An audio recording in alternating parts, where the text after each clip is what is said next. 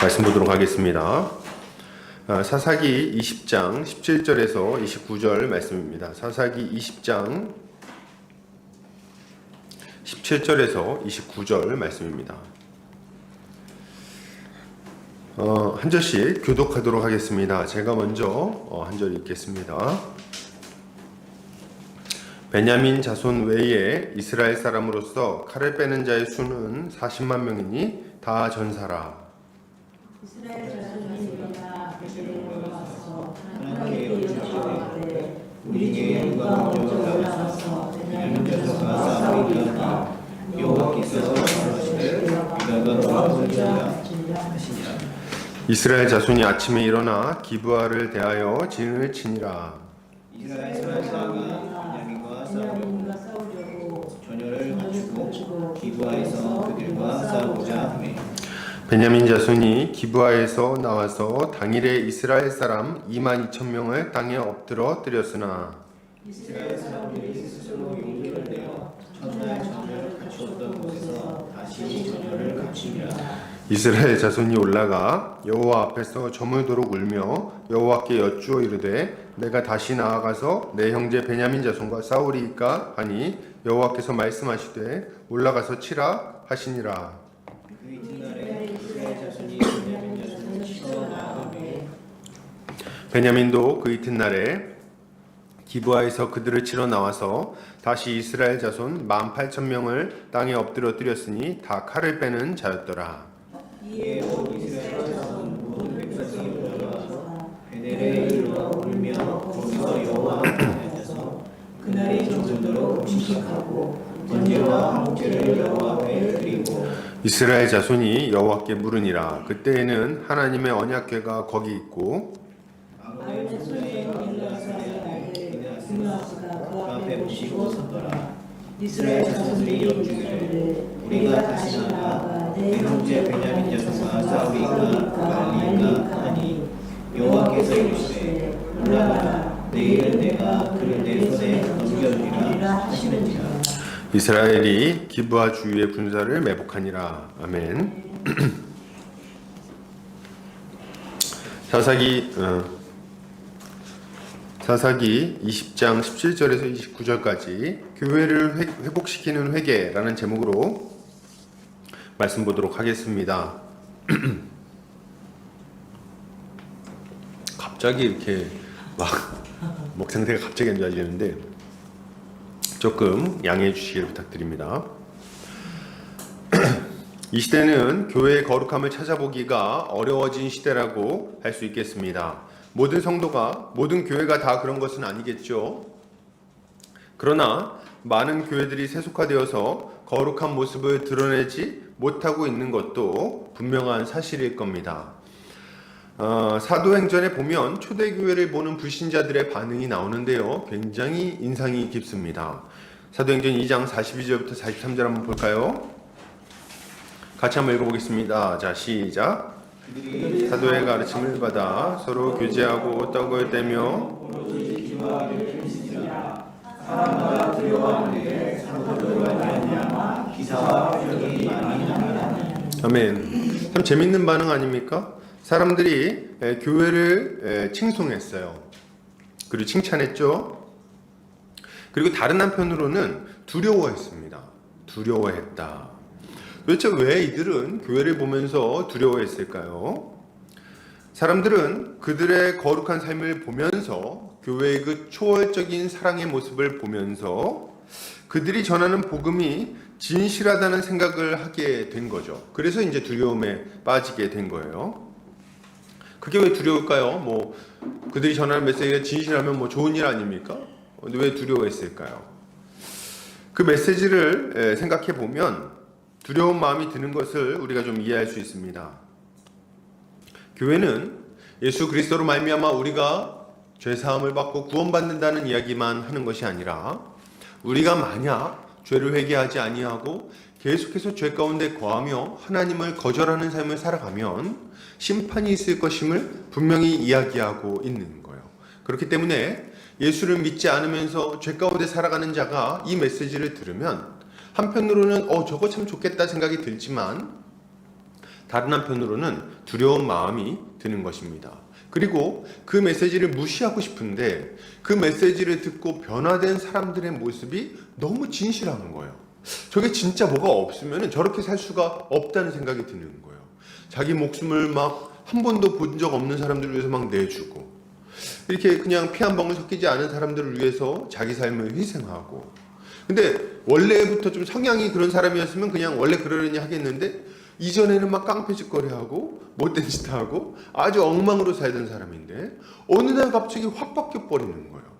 그걸 보면서 저기에 뭔가가 있구나, 저기에 뭔가 초월적인 능력이 역사하고 있구나, 이걸 알게 되는 거죠.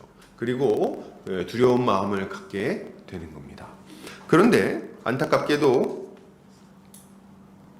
이 시대의 사람들은 더 이상 교회를 보면서 감탄하거나 두려워하지 않는 것 같습니다. 뭐 그런 경우도 있겠지만 아닌 경우가 많지 않은가, 이런 생각을 해봐요. 왜 그럴까요? 사람들은 결국 교회의 거룩한 모습, 그러니까 그 초월적인 사랑의 모습을 보면서 그 메시지의 진실함을 알게 되는 것인데, 교회가 이 초월적인 모습을 보여주지를 못하는 거예요. 그러니까 어떤 생각합니까? 에휴, 저것들은 말만 저렇게 하지, 에휴, 지들이나 똑바로 하라 그래, 이런 생각이 드는 겁니다. 그래서 교회를 두려워하기보다는 도리어 어떻게 생각하는 겁니까? 우습게 생각하는 거죠. 사람들이 많이 말합니다. 너네는 말은 잘하는데 왜 삶은 엉망이냐, 이런 얘기를 많이 해요. 그죠? 너네를 보면 하나님이 없는 게 분명하다, 이런 얘기들. 이런 얘기들을 들으면 참 마음이 아픕니다. 어쩌다가 교회가 이런 대우를 받게 된 건지요. 자, 그럼 우리 한번 생각해 봐야 되겠어요. 아니, 교회는 도대체 어쩌다가 이렇게 세상으로부터 비웃음을 당하고 이렇게 뭔가 초월적인 모습을 보여주지 못하게 된 걸까요? 그 이유는 굉장히 분명합니다. 그 이유가 뭘까요? 네, 교회 안에 죄가 들어올 때 그것을 막아내지 못했을 뿐만 아니라 교회 안에 죄가 들어왔는데 그것을 제대로 처리하지 못한 거예요. 그래서 교회의 거룩성이 무너지고 계속해서 죄가 그 안에 퍼져가니까 이런 문제가 생기게 된 거죠. 그래서 막 도둑질해가지고 잡아봤더니 뭐 모교회 집사더라, 뭐 이런 얘기가 나오는 거죠. 답답한 얘기 아닙니까? 여러분, 우리는 지금 사사기를 살펴보고 있습니다. 뭐 여러 가지 얘기를 할 수 있겠지만 사사 시대에 이스라엘 백성들이 안식을 누리지 못하는 이유는 너무너무 분명했어요. 뭡니까? 예, 죄 때문입니다. 죄 때문이에요. 그들이 안식을 누리지 못하고 고통 가운데 거하는 이유는 죄 때문이었어요. 특히 사사기 후반부는 이들의 죄악상이 어떠했는지를 아주 잘 보여주고 있는데 정말 기가 막힐 지경입니다. 우리 17장에서 이 미가 집안의 우상에 대해서 살펴봤어요. 그죠? 그래서 자기 마음대로 제사장을 세우고 자기 마음대로 신상을 막 만들어서 집안에서 섬기고 그러면서 자기가 하나님께 복받을 거라고 생각하는 그 극도의 혼란 상태. 레위인도 분별하지 못하고 몇 명만 그런 줄 알았더니 그 다음 장에 보니까 한 지파가 와가지고 그걸 막 부러워해서 뺏어가고 말이죠. 아주 엉망인데 이런 엉망이 없습니다. 그리고 이제 19장에 들어와서 이런 모습들이 이스라엘의 죄악상이 정점을 찍게 되는데 한 지파가 레위인의 첩을 아주 무참하게 죽이는 모습이 등장하게 되고 거의 뭐 소돔과 고모라에서나 볼 법한 그런 장면이 등장을 해요. 그리고 그 이후에 레위인이라는 사람은 정말 상상도 못할 만한 끔찍한 짓을 저질러서 자신의 개인적인 복수를 하려고 합니다. 그리고 이제 20장에 넘어오면서는 이제 이 이스라엘이 이 사건을 대하면서 어떻게 이 죄를 해결해 나가는가, 이 죄 문제를 해결해 나가는가를 보여주고 있는 거죠. 물론 우리가 딱 느낌이 오지만 모범적이지 않았습니다. 매우 모범적이지 않게 죄 문제를 처리함으로써 우리의 반면교사가 되어주는 거예요. 자, 오늘 지난번 본문에서는 이제 베냐민 자손에게 이 레위인 말을 듣고 가가지고 막 니네 가만두지 않겠다 그랬더니 베냐민 자손이 이걸 받아들이지 않고 완고하게 반응하는 장면으로 우리가 거기까지 살펴봤습니다. 오늘 본문은 이제 베냐민 자손과 이스라엘 사람들이 본격적으로 전쟁을 하는 장면으로 시작이 돼요. 그래서 서로 마주보고 딱 진치고 서 있습니다. 그런데 베냐민 사람과 이스라엘 사람들의 숫자가 이제 쭉 등장을 합니다. 근데 그 숫자 차이가 정말 어마어마해요. 베냐민 사람들은 칼을 빼는 자가 모두 몇 명입니까? 베냐민 사람들, 좀 위쪽에 있죠. 베냐민 사람들은 몇 명입니까? 15절에 2만 6천 명, 2만 6천 명이었어요. 그죠? 20장 15절에 보면 나오죠. 그리고 기브아 주민들은 700명 이렇게 모여 있습니다. 그런데 반대로 이스라엘 백성들은 몇 명이었을까요? 이들을 이제 치려고 왔어요. 이스라엘 사람들 몇 명입니까? 칼 빼는 사람들이 40만 명. 지금 우리나라 육군이, 대한민국 육군이 제가 알기로는 60만 명이라고 알고 있거든요. 60만 명. 이때가 한참 옛날 아닙니까? 근데 60만이 아니라 거의 60만이 육박하는 40만이나 되는 어마어마한 숫자가 지금 모여 있는 거죠. 그러니까 거의 칼 빼는 사람은 다 모였다고 봐야 됩니다. 그 정도로 어마어마한 숫자가 모여 있었죠. 그러니까 이 싸움은 딱 봐도 느낌이 오지만 질래야 질 수가 없는 싸움입니다. 그런데 충격적이게도 이스라엘 자손이 베냐민 자손과 첫 번째 전투를 딱 벌이니까 결과가 어떻게 나옵니까? 베냐민 자손이 이스라엘 자손을 이기는데 아주 어마어마하게 크게 이깁니다. 그래서 약 2만 2천 명이나 되는 숫자의 이스라엘 백성들이 한 번 전투에 죽어버려요. 와, 이건 충격적입니다. 이것은 이스라엘 백성들에게도 충격이고 우리에게도 충격입니다. 왜냐하면 이스라엘 백성들은 지금 하나님의 공의를 이루려고 이 자리에 모여있기 때문에 그래요. 숫자 차이가 반대였어도 이스라엘이 이겨야 될 것 같은 거예요. 그런데 도리어 이스라엘 백성들이 크게 지죠. 그리고 아주 패배를 당해서 많이 죽게 되는 거예요. 저도 좀 굉장히 이걸 보면서 의아했어요. 왜냐하면 누가 봐도 베냐민 사람들이 잘못한 게 확실하기 때문에 그렇습니다. 그러면 이제 여기서 우리가 질문을 던져야죠. 어떤 질문입니까?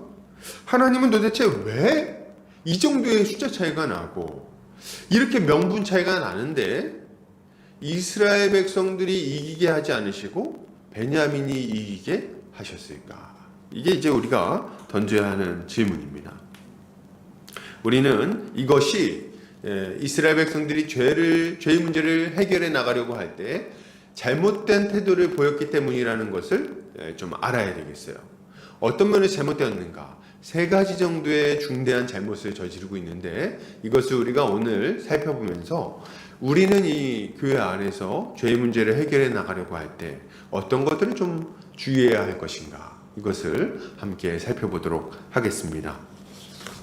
괜찮겠죠? 자, 오늘 이스라엘 사람들은 베델로 올라가서 하나님께 여쭙습니다. 싸우기 전에 가서 뭐라고 물어보죠? 18절에 보니까 물어봅니다. 우리 중에 누가 먼저 올라가서 베냐민 자손과 싸우리까 하니. 여러분, 이 질문이 왠지 굉장히 좀 익숙하지 않습니까? 어디서 많이 본 듯한 그런 질문이죠. 어디 나오냐면 사사기 1장에 나옵니다. 사사기 1장 1절 한번 같이 읽어볼까요? 자, 시작. 여호수아가 죽은 후에 이스라엘 자손이 여호와께 여쭈어 이르되 우리 가운데 누가 먼저 올라가서 가나안 족속과 싸우리까? 그러니까 지금 이스라엘 백성이 가나안의 그 민족들과 싸우기 전에 똑같이 질문하고 싸움에 임하는 거예요. 근데 지금 이 같은 베냐민 족속을 같은 이스라엘 백성인 베냐민 자손을 지금 치려고 모인 자리에서 이 가나안 족속을 칠 때와 똑같은 방식으로 하나님께 질문하고 전쟁을 시작한다는 겁니다. 이걸 보면 우리가 뭘 알 수 있습니까? 지금 이스라엘 자손은 이 베냐민 족속을 뭘로 보고 있는 거예요? 형제로 보고 있지 않고 이방인 혹은 원수 혹은 죽여 없애버려야 할 그런 대적들 이렇게 지금 보고 있는 거예요. 다시 말하지만 이스라엘 자손은 지금 베냐민 자손을 완전히 진멸시켜 버려야 될 이방 민족으로 보고 있는 것입니다. 이런 생각은 이후에 나타나는 이스라엘의 표현에서도 우리가 좀 엿볼 수가 있어요. 이스라엘 백성들이 첫 번째 전투에서 딱 패배한 이후에 뭔가 잘못됐다는 걸 딱 감을 잡은 것 같아요. 그래서 그때 딱 패배한 다음에 와가지고 하나님한테 부르짖을 때 뭐라고 말합니까? 베냐민을 내 형제 베냐민 자손이라는 표현을 그때 딱 써요. 그러니까 그 전에는 그런 얘기를 안 하다가 한번 딱 지고 나니까 이거 뭔가 잘못했나 보다 느낌이 있었던 거죠. 그래서 비로소 이제 이 내 형제라는 표현을 사용하기 시작하는 겁니다. 그러니까 첫 번째 전투를 벌이기 전에는 형제라는 생각을 아예 하지 않고 죽여 없애버려야 될 적으로 지금 생각하고 있었다는 거죠. 오늘 이스라엘 백성들이 저지른 첫 번째 잘못이 바로 이 지점입니다. 이스라엘 백성들은 이 베냐민 자손을 원수나 혹은 진멸해서 없애버려야 될 어떤 적으로 여기면 안 됐어요. 왜요? 그들은 적이 아니라 기본적으로 하나님의 백성이요 우리의 형제였기 때문에 그렇습니다. 이런 이스라엘 백성들의 잘못은 이들이 처음 모였을 때 제대로 사건 조사를 하지 않은 것에서부터 드러나고 있었습니다. 여러분 한번 생각해 보세요. 지금 한두 사람도 아니고 한 지파의 명운이 걸린 일입니다. 그런데 한 지파 사람 몇만 명을 죽여야 되는 상황인데 제대로 조사를 합니까? 제대로 조사를 안 하는 거예요. 그러니까 이 형제의식이 거의 없는 겁니다. 그런데 여러분 베냐민은 어떤 자예요? 베냐민. 우리가 생각해보면 이게 얼마나 무지막지한 짓인가를 알 수가 있어요. 베냐민은 이스라엘 12지파 가운데 하나였고 야곱의 12아들 가운데 한 명에서부터 비롯된 지파입니다. 그러니까 피를 나눈 형제예요. 피를 나눈 형제. 가족입니다. 좀 먼 친척 정도가 되는 거예요. 그런데 이렇게 가족인데 다 죽여버리겠다고 하는 게 어떻게 말이 됩니까? 뿐만 아니라 이 베냐민 지파는 이 홍해를 같이 건넜고 그리고 광야 생활을 40년 동안이나 같이 했던 사람들이에요. 동고동락한 사람들이에요. 정이 없어도 정도가 있지. 그죠? 40년 동안이나 같이 그렇게 울고 웃고 하면서 어렸을 때부터 같이 자란 자들 아닙니까? 그죠? 그리고 어떤 자들이에요. 이 요단강을 건너서 가나안 족속을 칠 때에 같이 어깨를 맞대고 싸워서 그 강대한 가나안 민족들을 죽여 없앴던 나의 전우들입니다. 같이 목숨 걸고 싸웠던 사람들이에요. 그런데 이렇게 같이 피 흘리고 같이 울고 같이 생을 보냈던 사람들을 지금 정죄하는데 죽여버리겠다고요? 당장에 저 이방 민족들 쳐 없앴던 것처럼 어린애부터 장년까지 하나도 남김없이 다 죽여버리겠다고요? 지금 그런 태도를 갖는 것이 합당한 일입니까? 여러분, 이들은 자기들의 의로움을 드러내기 위해서 이 모든 것을 싹 다 무시하고 베냐민을 쳐서 죽이려고 한 거죠. 이것이 얼마나 완악한 모습입니까? 여러분, 이들은 하나님이 택해서 애굽에서 친히 건져내신 하나님의 백성이에요. 하나님의 소유입니다. 지들이 뭔데 죽이고 말고 마음대로 다 합니까? 정죄하고 책망하는 거야 할 수 있지만 어떻게 완전히 끝장내버릴 생각을 하냔 말이에요. 기회도 제대로 주지 않고. 그러니 이것은 아주 잘못된 모습인 거죠. 이렇게 얘기할 때 어떤 분들이 질문할 것 같아요. 아니 목사님, 그러면은 지금은 그렇게 못된 짓거리 했는데 저 베냐민 집파놈들 말이지 가만두면 안 되는데 목사님 봐주자는 거예요? 이렇게 얘기할지 모르겠어요. 봐주자는 겁니까? 아니죠. 그건 아니에요. 봐주자는 얘기는 아니에요. 죄를 그냥 넘어가도 된다는 이야기는 아닙니다. 다만 이스라엘 백성들을 대할 때 그들을 원수로 대할 것이 아니라 넘어진 형제로 대했어야 된다는 거예요. 응? 넘어진 형제로 그들을 긍휼히 여기는 마음이 나타났어야 된다는 거죠. 이들을 형제로 생각했다면 세 가지 모습이 나타났어야 될 겁니다. 뭡니까? 첫 번째는 여러분 이제부터 잘 들으셔야 돼요. 베냐민 지파가 이 지경에 이르기 전에 막아섰어야 됐습니다. 무슨 말입니까? 이스라엘 사람들이 지금 레위인의 첩을 강간해서 죽였잖아요. 근데 이게 어느 한날 갑자기 이 사람들이 미쳐가지고 이런 짓을 한 겁니까? 아니겠죠. 뭔가 과정이 있었을 거라는 거예요. 타락해가는 과정이 있었을 거라는 거죠. 하루 이틀이 아니라 꽤 오랜 시간 이들이 이렇게 죄의 맛을 들이고 조금 더 죄를 짓고 좀 더 방종하게 되고 죄의 문을 열어 젖히고 더 많은 사람들이 동조하게 되고 이런 과정이 있었을 거라는 겁니다. 그런데 이스라엘 백성들이 이걸 몰랐을까요? 어떻게 생각하십니까? 몰랐을까요? 알았을 거예요. 왜 모릅니까? 알죠. 뻔히 옆에서 보고 있는데 옆 동네 사람들이에요. 교류를 안 했을 수도 있지 않습니까? 아니요, 교류를 했어요. 어떻게 합니까? 이 기브아에도 누가 살고 있었어요? 누가 살고 있었습니까? 예, 저기 에브라임 지파 산지에 살고 있는 어떤 노인이 살고 있었잖아요. 그러니까 다른 지파 사람들이 거기 살고 있었어요. 그리고 또 어떻습니까? 여기 보면은 베냐민 지파 사람들 안에는 왔다 갔다 하는 일들이 많이 있었어요. 그래서 지금 여기 나오는 이 에브라임 산지에 살고 있던 레위인처럼 오고 가고 하는 사람들이 계속 있었던 거죠. 그러니까 이들이 어떤 상황인지를 몰랐을 리는 없는 겁니다. 서로 다 알고 있는 거예요. 근데 알고 있었는데 이제까지 막지 않고 뭐 별소리 안 하고 있다가 갑자기 뭐 충격적인 일 하나 생겼다고 들고 일어나가지고 죽여버립시다 이렇게 하는 게 얼마나 우스운 얘기입니까? 그렇지 않습니까? 여러분 이거 잘 기억하셔야 돼요. 교회 안에서도 이게 똑같습니다. 여러분 뻔히 형제가 넘어지는 게 보이잖아요. 뻔히 죄의 길로 가고 있는 게 보이지 않습니까? 그래서 저 사람 뭔가 이상한데? 뭔가 좀 문제가 생겼는데? 보이잖아요. 거짓말이 늘어나고 둘러대고 그리고 점점 더 하나님을 멀리하고 점점 더 죄에 빠지는 게 이제 은근슬쩍 좀 들리고 말이죠. 술 한잔 했다 뭐니 들리고 그죠? 아는 거예요. 왜 모릅니까? 쟤 요새 좀 문제가 있어. 다 알아요. 근데 왜 아무 얘기 안 합니까? 왜 아무 얘기 안 해요? 한 번도 그렇게 도와줄 생각을 안 합니까? 책망에서 돌이킬 생각을 안 합니까? 한 번 안 하고 있다가 뭐 문제 터지고 그러면 아이고 내가 걔 그럴 줄 알았지. 그 인간 아니 왜 그제 가서 얘기를 하냔 말이에요. 그 전에 충분히 돌이킬 수 있는 시간이 있을 때 얘기를 안 하고 정말 형제라고 여겼던 거 맞습니까? 정말 그래 나와 함께하는 내 한 몸 한 가족으로 여긴 게 맞나요?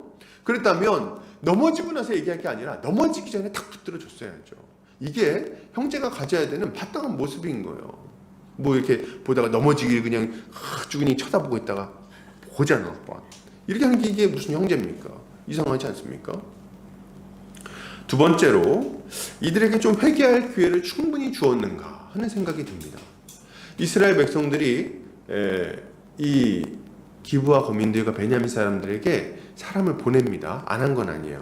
가가지고 야 너네 가운데 있는 이 죄악이 어쩐 일이냐. 너네 그 불량배들 내놔라. 우리가 불량배들 싹 다 쳐죽이겠다.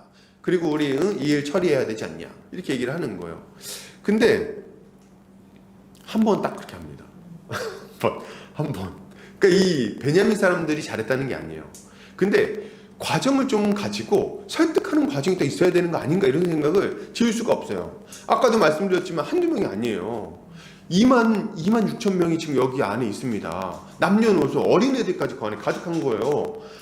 근데 그 문제를 처리하는데 이렇게 간단하게 처리한다고요? 며칠이나 머물렀어요 지금. 가가지고 설득하고 촌장들 만나고 그래서 좀 이렇게 좀 직분자들 뭐합니까? 가가지고 장로들 만나가지고 너네들 지금 뭐하냐? 지금 칼페이 40만 명 모인 거 안 보여? 니들 지금 회개해야지 돌이켜야지 이 문제 짧게 끝내자. 왜 이러냐? 한 제차 3차 가가지고 좀 설득을 했어야 될 거 아닙니까? 근데 지금 그런 거 없이 한 번 얘기인데 안 들어? 죽여버리겠어. 이게 말이 되냔 말이에요. 너무 가혹하다는 생각을 합니다 저는. 여러분 우리도 그래요. 교회 안에서 문제가 터졌을 때 형제 자매가 이렇게 탁 들었을 때 아니 너네는 잘해 할 수 있죠. 아니 그러면 안 돼요. 그러나 그렇게 할 수 있어요. 너는 잘해. 왜 나한테 이러는 거야? 그러면은 너 반응이 뭐야? 너 이 자식 봐. 이렇게 하면 어떻게 하나 봐. 그래서 막 두세 사람 몰고 와가지고 한번 해봐. 이렇게 합니까? 이거 좀 뭔가 문제 있는 거 아닌가요? 한번 얘기했는데 야 너 잘 알지도 못하면서 가만히 있어. 너는 껴들지 마. 뭐 이렇게 했으면은 그래 내가 괜히 껴들었구나. 두세 증인. 바로 이렇게 갑니까? 하면 현실적으로 생각해보자는 거예요. 절차는 그런데 현실적으로 그렇게 하냐는 거예요. 여러분 그렇지 않습니다. 누가 넘어진 거 보면요. 한 번 얘기하고 절대 끝나지 않아요. 만약 정말 그 형제를 받아들인 마음이 있으면 어떻게 합니까? 가가지고 맨 처음에 한 번 얘기했는데 안 들어. 그럼 막 가서 기도를 합니다. 하나님 제가 지금 죽으려고 작정을 했네요. 살려주세요. 막 기도를 하겠죠. 그리고 또 전화합니다. 야 밥 사줄 테니까 한번 나와봐. 원래 이렇게 그냥 빈속에 얘기하면 마음이 상해서 잘 얘기를 안 듣거든요. 그래서 이제 먹을 거 사줘야 돼. 배가 부르면 마음이 너그러워지잖아요. 그럼 넉넉해졌을 때, 야, 너 밥도 얻어 먹었는데 얘기 좀 들어봐라. 그래가지고 이제 얘기를 하는 거죠. 야, 너 근데 너 인간적으로 좀 너무한 거야. 그러면 안 돼. 너 지금 이게 뭔 짓이냐. 너 이렇게 하다가 문제 커지면 나중에는 목사님 알고, 교회 성도들 알고, 너 이거 괜찮겠냐. 지금 돌이켜. 바보같이 굴지 말고. 설득을 해야 될 거 아닙니까? 그렇지 않습니까? 한 번 얘기했는데 안 듣는다고 그냥 저건 이방인 이렇게 해버립니까? 그렇게 가혹한 게 어디 있어요? 우리가 그냥 잘못 생각할 수도 있고 좀 어리석게 어떤 방향성을 정했을 수도 있죠. 끝까지 돌이키지 않을 수도 있어요. 그러나 좀 돌이키는 입장에서 누가 그렇게 합니까? 가가지고 좀 어떻게 붙들고 좀 하소연하고 말이죠. 그럼 가족들 보세요. 드라마 같은 것도 보면 어떻습니까? 집집마다 망나니가 한 명씩 있어요. 그죠? 제가 망나니 짓 하고 그러면 가가지고 가족들 어떻게 합니까? 뭐 도박장 가가지고 등짝 때리면서 이놈의 새끼 너 정신 차려라 이렇게 하면서 끌고 다니잖아요. 어떻게든 해보려고. 그게 우리가 가져야 할 기본적인 모습인 거죠. 이게 가족이라면 마땅히 보여야 될 모습인 거예요. 세 번째로 생각해 볼 것은 이들에게 이제 이들이 말을 끝까지 안 들으니까 어떻게든 좀 이제 처리를 해야 되는데 그럼 처리할 때 최소한의 정당한 재판을 거쳤어야 한다는 거죠. 근데 이 정당한 재판 절차를 거치지를 않습니다. 이들도 하나님의 백성이었어요. 그러면 하나님 앞에서 공정한 판결을 받을 권리가 여러분이 있는 겁니다. 공정하게 조사를 받고 증인을 모으고 또 증언을 듣고 공의로운 판결을 받아야 했던 거죠. 그런데 이런 과정 없이 그냥 한 사람의 일방적인 증언만으로 판결을 내린 거예요. 그러니까 이들이 문제가 생긴 겁니다. 이런 걸 볼 때 이 이스라엘 백성들은 베냐민 지파를 한 형제 가족으로 받아들이지 않았다는 것을 우리가 보게 되는 거예요. 여러분, 우리도 마찬가지예요. 방금 살펴봤지만 지금도 옆에 있는 형제 자매가 예수 그리스도 안에서 한 몸이 된 나의 지체라는 것을 잊어버리면 안 되겠습니다. 형제가 넘어졌다고 해서 그를 원수처럼 보면 안 된다는 거예요. 저 인간 봐라. 내가 저럴 줄 알았지. 내가 목사님한테 일러야지. 아니요, 그렇지 않으시기를 바랍니다. 왜 목사님한테 바로 이러십니까? 그렇게 하지 말고 좀 어떻게든 좀 도와서 살려볼 생각을 해야 되는 거예요. 여러분, 교회는 운명 공동체입니다. 같이 한번 따라해 볼까요? 운명 공동체. 예, 운명 공동체. 그죠? 예전에 어디서 제가 들었는데 교회 어디 잠언에 나오나요? 뭡니까? 살아도 같이 살고 죽어도 같이 죽는다. 어디 나옵니까 이거? 해병대 구호든가요? 여러분, 살아도 같이 살고 죽어도 같이 죽는 거예요. 여러분, 어떤 형제가 넘어져가지고 막 그냥 이상한 짓 하면 그 형제만의 문제겠습니까? 아니에요. 우리 모두가 다 책임이 있는 거예요. 그 형제가 넘어질 때까지 왜 그걸 돌보지 않았습니까?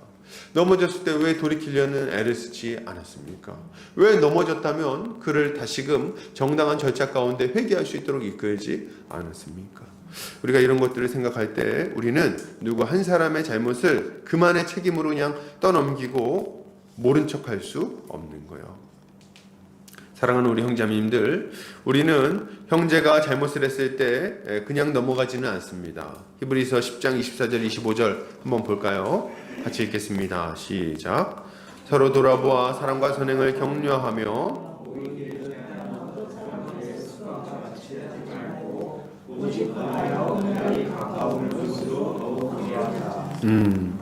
그래서 어떻게 해야 됩니까? 우리가 해야 될 일은 굉장히 분명하죠. 서로 돌아보아 사랑과 선행을 격려할 뿐만 아니라 그들이 뭔가 잘못하고 있다면, 모이기를 패하는 어떤 일을 하고 있다면 그렇게 하지 말고 그들을 오히려 권해서 우리 주님 앞에 부끄러운 모습 없도록 만들어야 한다는 거예요. 이게 우리가 해야 되는 일인 거죠. 그래서 우리는 형제들을 돌이키기 위해 힘써야 하는 겁니다. 요거 한번 볼까요? 마태복음 18장 15절 같이 한번 읽겠습니다. 자, 시작. 내 형제가 죄를 범하거든 가서 너와 그 사람과만 상대하여 공고하라. 많이 들으면 내가 내 형제를 얻은 것이요. 아멘. 저는 이 구절에서 딱 여기에 집중하셨으면 좋겠어요. 형제. 그러니까 잘못했어도 뭐라는 겁니까? 형제예요. 그러니까 우리가 이것을 잊지 않아야 돼요. 가서 뭐 얘기할 때도 형제를 얻으려고 얘기를 하고 권면을 하는 겁니다. 그러니까 죽이려고 하면 안 돼요. 우리가 누가 죽이려고 하겠냐마는 가가지고 이런 거 있잖아요. 야, 너 저번에 내가 다 봤다 너 이렇게 뭐 얘기할 때 정말 이렇게 살리려는 마음이 있는 건지, 아니면 아주 찔러가지고 너 딱 걸렸어 너는 이번에 한번 보자 어떻게 하나, 이런 마음인지, 이 두 가지는 너무 다른 거죠.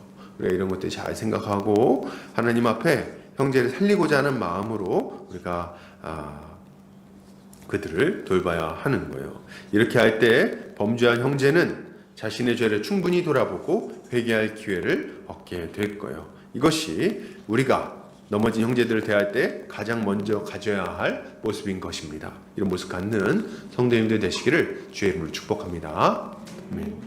계속해서 보겠습니다. 오늘 베냐민에게 크게 패배한 이스라엘은 스스로 용기를 내서 첫날 전열을 갖추었던 곳에서 다시 전열을 갖춥니다. 재밌는 표현이에요. 스스로 용기를 내요. 이렇게 얘기를 합니다. 그러니까 자기들이 한번 막 마음을 잘, 아니야, 우연일 거야, 우리 잘할 수 있어, 해보자. 이러면서 이제 스스로 이렇게 마음을 좀 다잡는 거죠. 그리고 날이 저물도록 하나님 앞에서 울면서 하나님께 여쭈어 묻습니다.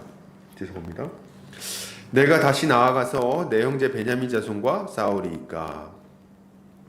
그러자 하나님은 이들에게 올라가서 치라는 말씀을 주시죠.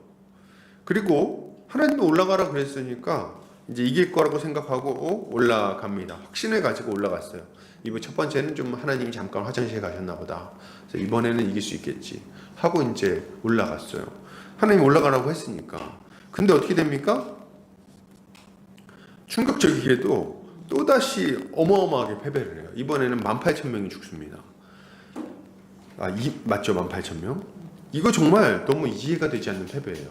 왜요? 하나님이 올라가라고 했잖아요. 물어봤는데 내 형제 이스라엘과 베냐민과 싸우니까 올라가라. 올라갔더니 졌어. 뭐야? 이거 뭡니까? 이거 지금. 아니 지금 하나님이 이거 잘못 얘기해 주신 건가요? 누가 좀 이렇게 잘못 이거를 하나님 뜻이 전달했나요? 싸우러 가는 게 하나님 뜻이 아니었던 겁니까? 그런 걸까요? 아니죠. 그거는 아니에요. 여러분, 하나님은 지금 이들이 싸우기를 실제로 바라셨습니다. 근데 뭘 안 바라셨어요? 이기는 걸 바라지는 않으셨어요. 실제로 하나님은 누가 이긴다는 말은 안 해주셨어요. 그냥 올라가 싸우라고만 했지. 그죠? 그래서 올라가서 싸웠는데 이제 졌죠. 약간 저희 그런 느낌도 받았어요. 아빠 나 소원 들어줘 할 때 그래 말해봐. 진짜. 소원 얘기했더니 다 잘 들어줬지? 뭐 이렇게 얘기하는 그런, 죄송합니다. 괜한 얘기를 했군요.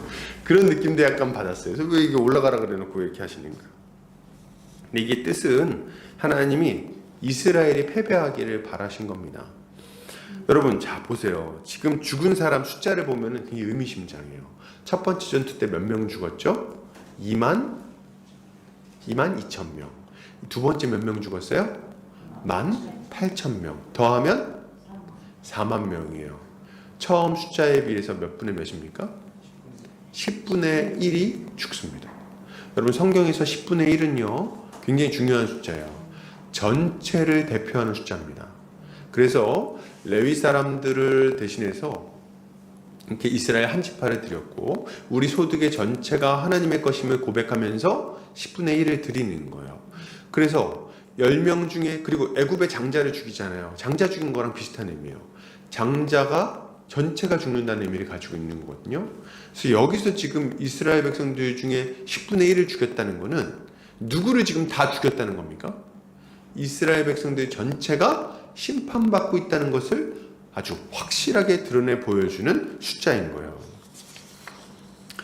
그러면 왜 이렇게 하나님은 이스라엘 백성들을 먼저 막 죽이는 걸까요?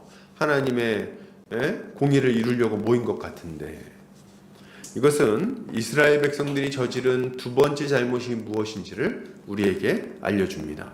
그게 뭘까요? 자, 지금 이스라엘 백성들은 베냐민 지파의 잘못만을 생각하고 자신들이 저지르고 있는 잘못은 전혀 생각하고 있지 않은 거예요. 그게 문제인 겁니다. 베냐민 지파도 잘한 게 없어요. 나중에 보면 거의 진멸당하다시피 심판을 받습니다. 600명 빼고 다 죽어요. 근데 이스라엘 백성들도 동일하게 지금 심판을 받고 있는 거죠. 왜요? 베냐민 지파만의 죄가 아니라는 거예요. 지금 문제가 터져가지고 모여왔지만, 야, 니네는 뭐 다른 줄 알아? 니네 똑같은 놈들 아니냐? 니네 여기 와가지고 의로운 척, 정의로운 척, 하나님의 군사인 척 하지만 니네 각 지파에 돌아가서 너네 각 가정에 돌아가면 뭔 짓 하고 있어? 무슨 짓 하고 있습니까? 각각 집에다가 막 산당 만들어서 우상 숭배하고, 단지파 같은 경우는 올라가가지고 평화롭게 살고 있는 라이스 사람들 싹 다 죽이고, 그리고 뭐 자기가 싸워야 되는 이 기업은 얻지 않고 도망쳤잖아요. 그 나머지 다른 지파들은요, 뭐 볼 것도 없습니다. 이 나중에 이 사사기 앞에 나오는 여러 지파들의 이야기들을 보십시오. 이 사람들이 뭐 했는가? 가나안의 온갖 신들을 다 숭배하면서 거기서 온갖 추잡한 짓거리 하면서 살아가지 않았습니까? 어디 지금 이 베냐민 지파만의 문제냐는 거예요. 아니요. 똑같은 놈들인 거예요. 그러니까 하나님께서 지금 이들을 치고 있는 거죠. 그러면서 생각하게 하는 거예요. 야, 니네가 지금 어디 나와가지고 누구를 치겠다고 말할 상황이냐? 어? 너네가 지금 내 앞에서 얼마나 큰 죄를 짓고 있는지 먼저 좀 돌아보고 회개하고, 그러고 나서 올라오면 모르겠지만 지금 이게 뭐 하는 거냐? 이렇게 얘기를 하는 거죠. 이들이 무슨 정의의 사자입니까? 사랑하는 우리 형제 자매님들, 지금도 마찬가지예요. 우리는 범죄한 형제를 판단하고 정죄하는데 너무 빠르지 않아야 되겠어요. 너무 빨라. 그들이 잘못하지 않았다는 것도 아니고 죄 지은 거를 그냥 용납해야 된다는 말도 아닙니다. 그렇게 하라는 게 아니에요. 그러나 너무 빨리 정죄의 자리로 나아가서 심판자의 위치에 서지 않도록 주의해야 하겠습니다. 그러면 안 되는 거예요. 우리는 다른 사람들의 허물을 보는 데는 약간 전문가들인 것 같아요. 전문가들. 그죠? 그래서 이렇게 딱 한번 딱 위아래로 한번 스킨하면 뭐 어떻습니까? 뭐가 문제인지, 뭐가 부족한지, 말투는 어떤지, 제가 뭐가 마음에 안 드는지, 뭐가 배우지 못했는지 그냥 딱 보면 압니다. 하루 만나서 잠깐 차 한잔 마시고 헤어질 때 뭐라 합니까? 아이, 쟨 틀렸어. 잠깐 대화해놓고 뭘 안다고. 우리 전문가들이요. 딱 그냥 보면 알죠. 뭐가 문제인지 말이죠. 티끌만한 잘못도 그냥 놓치는 법이 없습니다. 거슬리면 그냥 탁탁. 뭐가 부족한지 꼬집는 걸 아주 잘해요.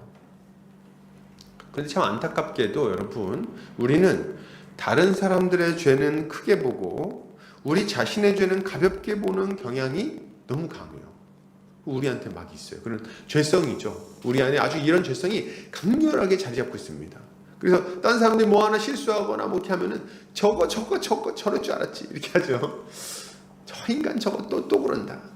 근데 나중에 자기는 말이죠, 더 심한 짓 막 하면서도 몰라요. 그거를 막 그냥 함부로 말하고, 막 심지어는 막 폭행을 가하고, 그리고 막 그냥 도둑질하고 거짓말하고 막 그렇게 하는데 자기는 그런 죄를 졌는지도 몰라. 자기는 괜찮은 줄 아는 거예요. 이거 참 아주 기가 막힌 상황인 거죠. 그렇게 우리는 이런 어리석은 정죄에 빠지기 전에 먼저 우리 자신을 돌아볼 필요가 있는 겁니다. 우리 주님이 말씀하시죠. 마태복음 7장 3절에서 5절을 같이 한번 읽어볼게요. 읽겠습니다. 시작. 어찌하여 형제의 눈 속에 있는 티는 보고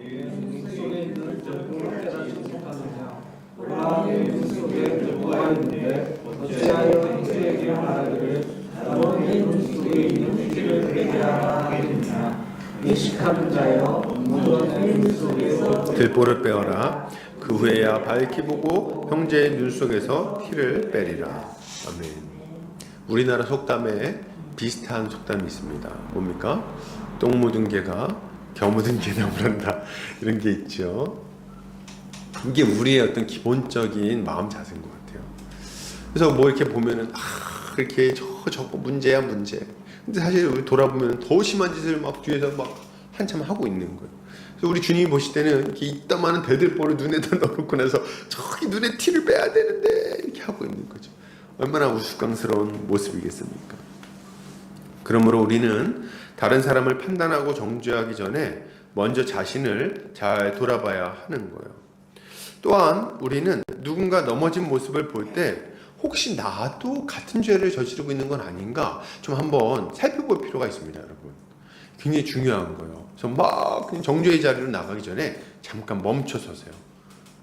이 문제를 해결하는 거는 충분히 할 수 있어요. 근데 너무 빨리 나갈 필요 없습니다. 먼저 자신을 한번 돌아봤으면 좋겠습니다. 여러분 어때요? 로마서 2장 1절에 이렇게 이야기를 합니다. 같이 읽어볼까요? 다시 시작. 그러므로 남을 판단하는 사람아, 누구를 막론하고 네가 핑계하지 못할 것은 남을 판단하는 것으로 네가 너를 정죄함이니 판단한 내가 같은 일을 행함이니라. 아멘. 여러분 이런 경우가 심심치 않게 발생해요. 그래서 그러면 안 되지. 아이고 내가 그럴 줄 알았어. 그거 조심했어야지 바보같이. 그리고 집에 가서 똑같은 짓을 해요. 제가 그런 비슷한 케이스가 몇 번 있더라고요. 최근에 깨달았어요. 그래서 그거는 그렇게 하면 안 돼. 동료 목사님한테 막 얘기를 했는데 집에 가가지고 똑같이 그렇게 하고 있는 거예요. 그래서 아이고 진짜 어찌자고 이러는가. 제가 깜짝 놀랐어요. 순간 딱 생각해요. 그리고 이제 옆에서 이제 누가 한 명이 얘기를 해주면 근데 형도 똑같은 거 아니야? 저한테 그러더라고요. 그 순간에 한 방 먹은 느낌이 탁 찔리는 느낌. 할 말이 없다. 그런 느낌을 탁 받았어요.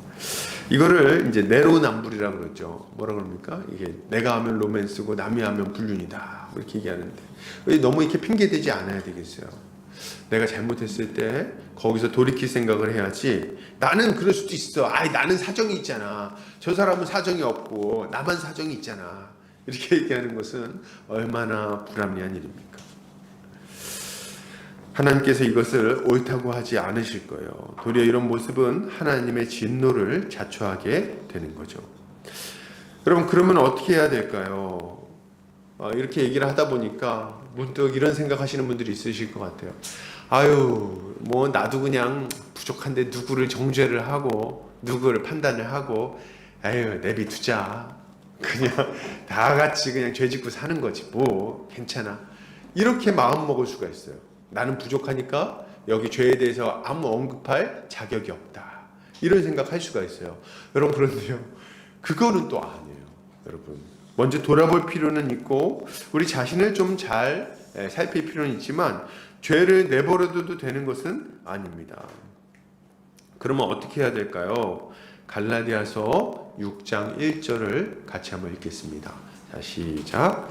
형제들아, 사람이 만일 무슨 범죄한 일이 드러나거든 신령한 너희는 온유한 심령으로 그러한 자를 바로 잡고 너 자신도 살펴보아 너도 시험을 받을까 두려워하라. 아멘. 이게 우리가 가져야 되는 자세인 거예요. 형제를 어떻게 바로 잡으라고요? 아주 냉정한 마음으로? 아니죠. 날카로운 마음으로? 아니죠. 어떻게 해요? 온유한 심령으로, 온유한 마음으로 바로 잡고. 우리 이제 형제 자매들 잘못한 걸 봤을 때 어떻게 그럴 수 있어? 이렇게 말할 것이 아니라 그렇게 하지 않으면 좋을 텐데 이런 마음으로 좀 잘 돌아봐 주어야 되겠어요. 그래서 그걸 정죄하고 그냥 책망하는데 마음을 다 둘 것이 아니라 바로 잡는데 주안점을 두고 좀 돌봐야 되는 거죠. 그리고 나도 동일한 죄를 짓고 있는 것은 아닌지 살펴보고 시험을 받지 않도록 주의해야 하는 것입니다. 이것이 신자가 교회 안에서 범죄한 형제를 볼 때 기본적으로 가져야 될 마음가짐인 거예요. 이렇게 하는 성도님들 되시기를 주의 이름으로 축복합니다. 자, 우리 마지막으로 좀 살펴보겠습니다. 이스라엘 자손은 크게 지고 나서도 정신을 못 차립니다. 그래서 전열을 갖추고 스스로 용기를 내어서 하나님한테 물어보고 두 번째로 싸우러 나가죠. 근데 싸우러 나가겠다고 말하고 나서 나가기 전에 싸우러 나가리니까 내 형제 베냐민 자손과 싸우리니까 말하기 전에 이들이 막 울거든요. 근데 막 우는데 이들의 질문을 보면요, 이들의 울음이 하나님께 대한 회개가 아니라는 것을 우리가 좀 알 수가 있습니다. 왜요? 여기 보면은 내 형제 베냐민 자손과 싸울까요 말까요 이렇게 물어보질 않아요. 뭐라고 물어봅니까?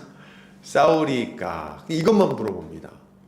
그러니까 지금 이들은 전투에 패배한 데 대한 슬픔과 원망, 분노가 있을 뿐이지 자신들의 잘못을 돌아보고 회개하고 형제를 살리고자 하는 마음은 전혀 없는 거예요. 이들은 전열을 갖추고 싸울 준비를 다 해놓고 지금 물어보고 있는 겁니다.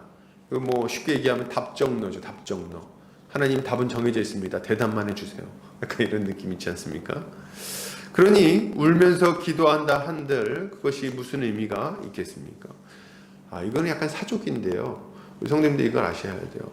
하나님이 우리의 기도를 들어주십니다. 근데 우리가 흔히 하는 착각 중에 하나가 울면서 기도하면 들어줄 거라는 미묘한 그런 착각을 할 때가 있어요. 막 하나님 이렇게 하면은 하나님이 아유 불쌍하다 한번 들어줄게 이렇게 생각할 때가 있어요.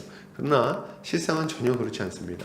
이걸 아셔야 돼요. 하나님은 절대로 우리에게 져주시는 분이 아닙니다. 우리가 잘못된 길로 갈 때 절대로 그냥 넘어가지 않으세요. 우리는 이제 막 울면서 이렇게 하면은 하나님이 그냥 속아 넘어갈 거라고 생각하는데 그렇지 않아요. 그거 다 아십니다. 제가 지금 잠깐 슬프구나. 그래서 완전히 돌이킬 때까지 그냥 넘어가지 않으십니다. 그래서 우리가 이걸 알고 빨리 돌이키는 게 중요하겠죠. 약간 사족이었어요. 자, 이제 이들은 두 번째 전투에서도 패배하고 돌아가요. 그리고 하나님 앞에서 또다시 크게 웁니다. 그러니까 이들은 좀 정리해보면 두 번 아주 크게 울었던 거예요. 그런데 여러분, 첫 번째 막 울었을 때는 이들이 이제 별다른 변화 없이 또 지고 옵니다. 근데 두 번째 울었을 때는 달라요. 두 번째 눈물 이후에 이들은 이제 다시금 올라갈 힘을 얻게 되고 올라가서 싸워서 이기게 됩니다. 첫 번째 눈물과 두 번째 눈물에 무슨 차이가 있기에 이렇게 다른 결과가 나타나게 된 걸까요? 우리가 이걸 좀 주목해서 봐야 되는데 그 이유는 아주 분명해요.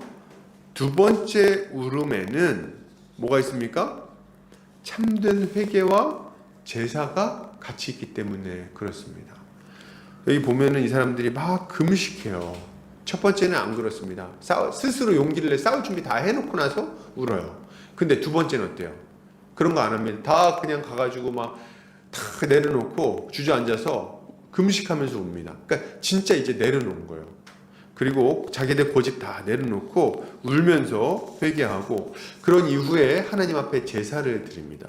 제사가 되게 중요해요. 화목제와 번제. 왜 제사가 중요합니까? 제사는 어떨 때 드리는지를 생각해 보면 알 수가 있어요. 지금 진 거는 이스라엘 백성들입니다. 그러니까 사실 이들이 이제 제사 드릴 일은 없어요. 그냥 생각해 보면 뭐 지고 와가지고 무슨 제사입니까? 근데 이들이 제사를 드린다는 것은 비로소 깨달은 거예요. 뭘요? 자기들이 죄인들이며 하나님 앞에 이런 사명을 감당할 만한 자들이 아니라는 것을 비로소 깨달은 거예요. 그리고 이제 회개하면서 제사를 드리는 거죠. 죄 용서를 구하는 제사를 드리는 겁니다. 그리고 이 죄를 자복할 때 우리 주님이 그들의 제사를 받으시고 그러고 나서 이제 이들에게 승리를 주시는 거죠. 이제 이스라엘 백성들은 제사를 드리면서 자신들이 베냐민 자손과 하등 다를 것 없는 죄인들임을 인정하고 고백하고 있습니다. 그리고 하나님 앞에 우리가 올라갈 건지 돌아갈 것인지 거취를 이제야 비로소 본격적으로 묻습니다. 그동안 그러지 않았죠. 그리고 이제 하나님은 그들에게 응답해 주시는 거예요. 이것은 이스라엘 백성들이 하나님 앞에 저지른 세 번째 잘못이 무엇이었는지를 우리에게 알게 합니다. 그게 뭘까요? 그동안 이스라엘 백성들은 하나님의 의를 의지하여 이 문제를 해결하려고 한 것이 아니었어요. 그럼 뭘 의지해서 정죄하고 심판하고 하려고 한 겁니까? 자신들의 의로움을 의지해서 정죄하고 심판하려고 한 거죠. 이들은 정의의 사자의 위치에 서 있었어요. 상대적으로 더 의로운 자신들이 더 많이 잘못한 용납할 수 없는 죄를 저지른 베냐민 지파를 심판해야 된다는 생각을 지금 하고 있었던 거죠. 그러나 이게 얼마나 어리석은 생각입니까? 하나님 앞에서 그들이 가지고 있는 의는 베냐민이 가지고 있는 의와 전혀 다르지 않았고 도리어 더 큰 죄도 많이 있었던 거예요. 하나님 보시기에 인정할 만한 의가 아니었다는 거죠. 그러니 이들이 심판을 받을 수밖에 없었던 겁니다. 여러분, 지금도 마찬가지예요. 우리는 우리의 더러운 의를 의지하며 형제를 정죄하지 않아야 되겠어요. 내가 잘하는 걸 가지고 형제를 정죄하고 그것으로 판단하고 비판하지 않아야 된다는 겁니다. 이제 우리가 교회 안에서 가끔 이런 모습을 보여요. 우리가 잘하는 걸 가지고 못하는 형제를 정죄할 때가 있습니다. 예를 들면 뭐 이런 거죠. 야, 너 왜 기도 안 해? 1시간은 해야지. 이건 무슨 말입니까? 나는 지금 1시간 이상 기도를 하고 있는 거예요. 그러니까 이제 정죄하죠. 기도 1시간 하면서 이제 말씀 안 볼 때는 말씀 얘기 절대 안 합니다. 너 왜 기도 안 해? 이렇게 얘기하지. 반대로 이제 말씀을 막 많이 보는 분들 있잖아요. 많이 보고 연구하고 막 성경 통독도 하고 이런 분들 뭐라 합니까? 야, 너 왜 성경 통독 안 해? 이렇게 얘기하죠. 본인은 뭐 하고 있습니까? 통독 열심히 하고 있는 거죠.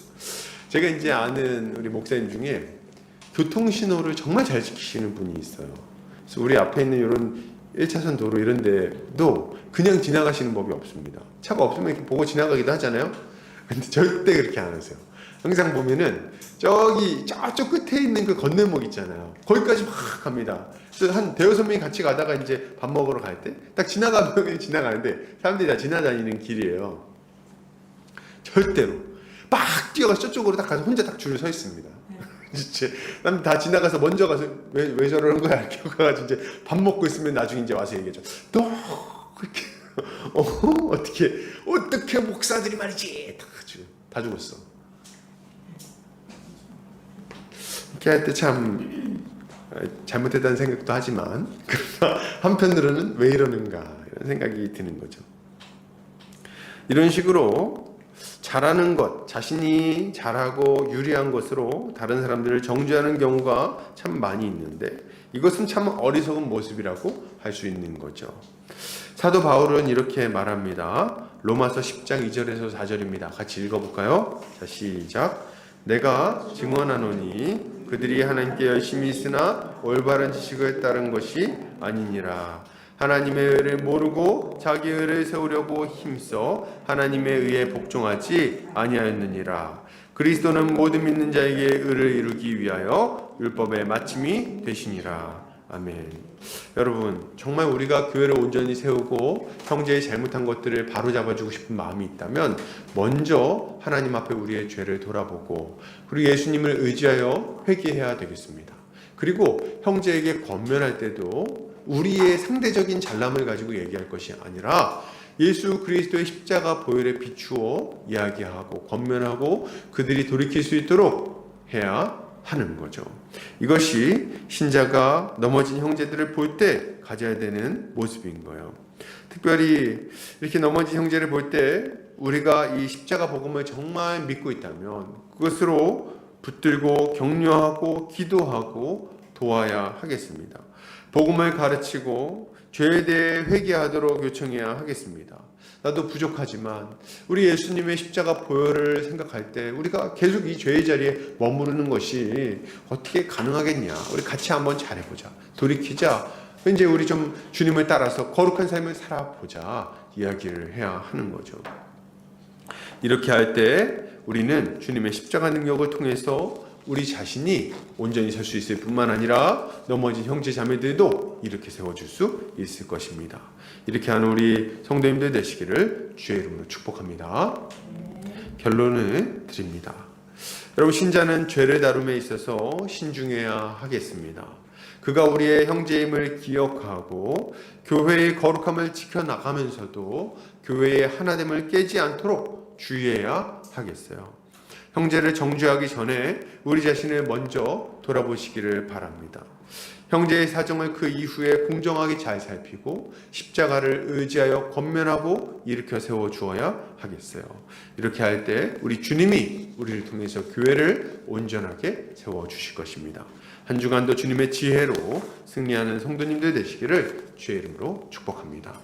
같이 기도하겠습니다.